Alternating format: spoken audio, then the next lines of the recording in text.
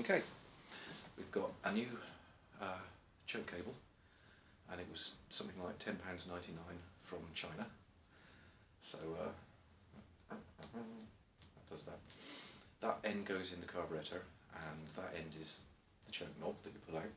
And when you start a carbureted engine, it's cold and it needs more fuel and less air in the mix. And what this does is chokes off the air, as the name implies. Weirdly enough, a throttle increases the amount of gas and air, but a chokes off the air, so you can remember that. And we are going to fit one to a Harley-Davidson XLH1000 Ironhead.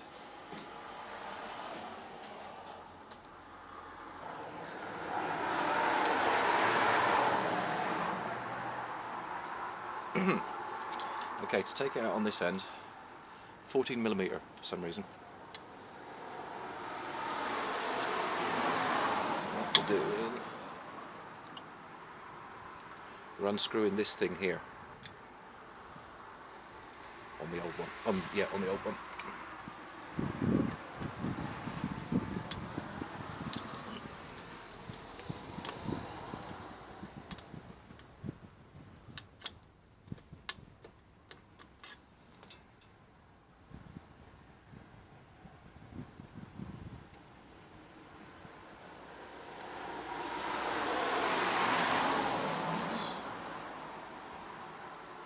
This is why people have time lapse, isn't it?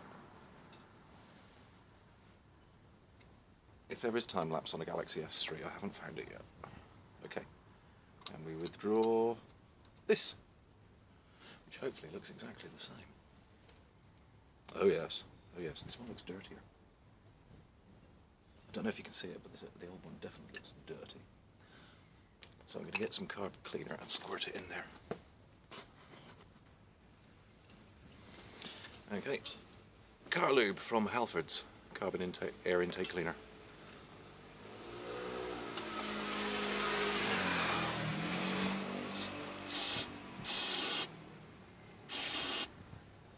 Oh yeah, there was some quite dirty stuff running out there for a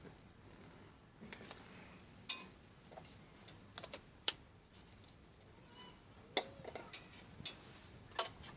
Okay. What I'll do now is take you around to the other side and show you how to take the knob end off.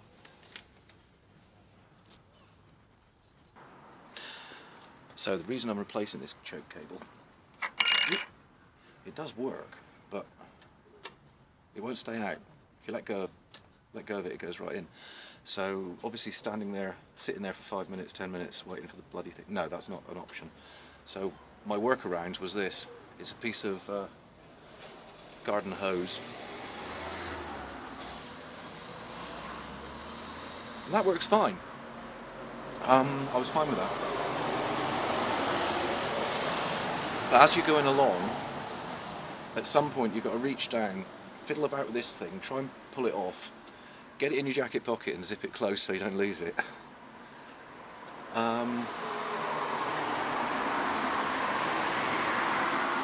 As you can imagine, that's not ideal.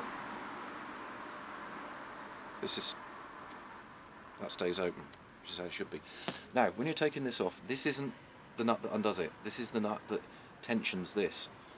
Theoretically, once it starts slipping, you can tighten it up a bit and it'll hold. But this is worn. This is worn to the point where it just won't. You can tighten that up as much as you like and it will not hold. I'll take this weatherproofing off. It's weatherproofing because I live in England and it rains all the time. Again, another metric one for some reason, 17mm. And as you can see, I've already loosened this. I cheat. Okay.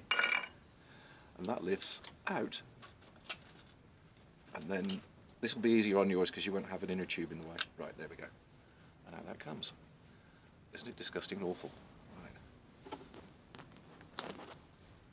So here we have, we'll just check them. Yep. Well done to the Chinese company that made it. It does seem to be absolutely spot on. So I'll feed this through again. I'll spare you that because that's going to be quite fiddly.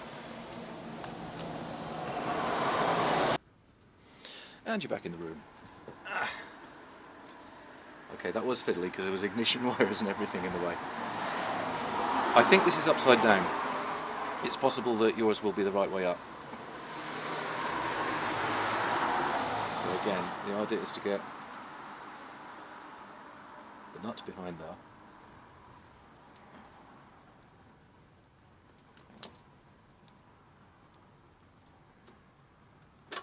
Oh, stop being awkward. Just work. Work properly. Okay.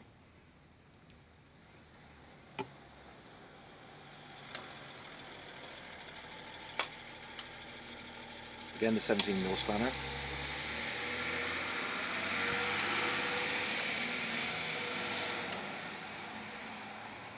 I am doing it up clockwise, it's just viewed from the other side, it's clockwise.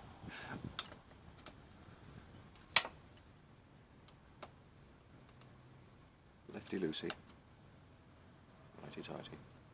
I've got to think that's it. Yeah, that's all. Right. Tighten this a bit.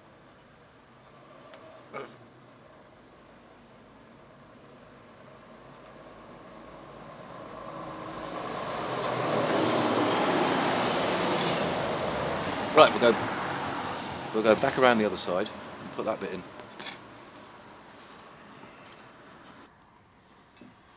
That go in? Yeah. Obviously, I've just pushed my lovely clean choke valve thing under the tank through wiring and God knows what. Spiders.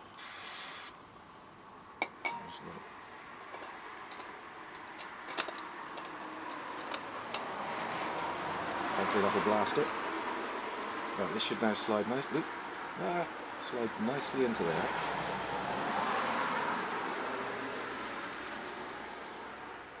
Ooh, it slid nicely.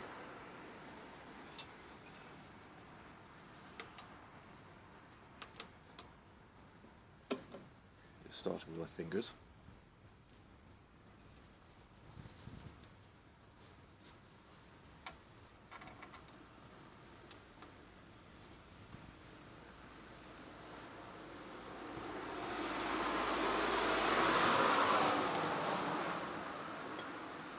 It's a plastic nut, very easy to cross thread in a metal body.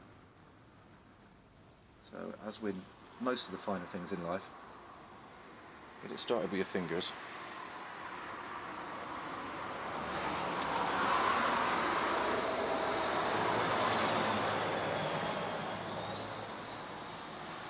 And once you've done as much as you can with your fingers, get your tool involved.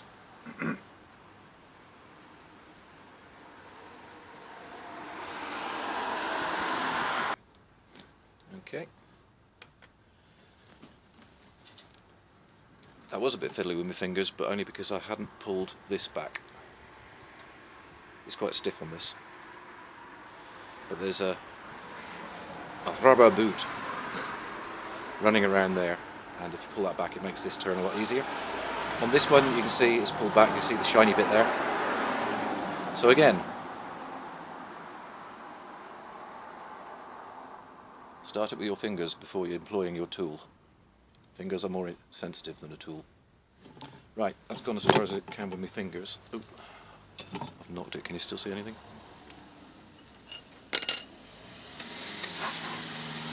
Again, 14mm. I think most things to do with fuel, speedos, tachos, things like that. I think a lot of those things were invented in France, in Germany and places like that, so they've kind of always been metric. I don't think Harley make their own speedos as such. I think people make speedos for them. I mean, I've seen these on Kawasaki's. I'm certain I have.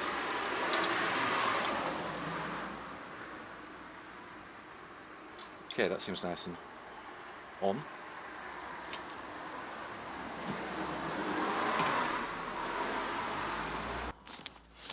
Right. Well, the question now is, will it start?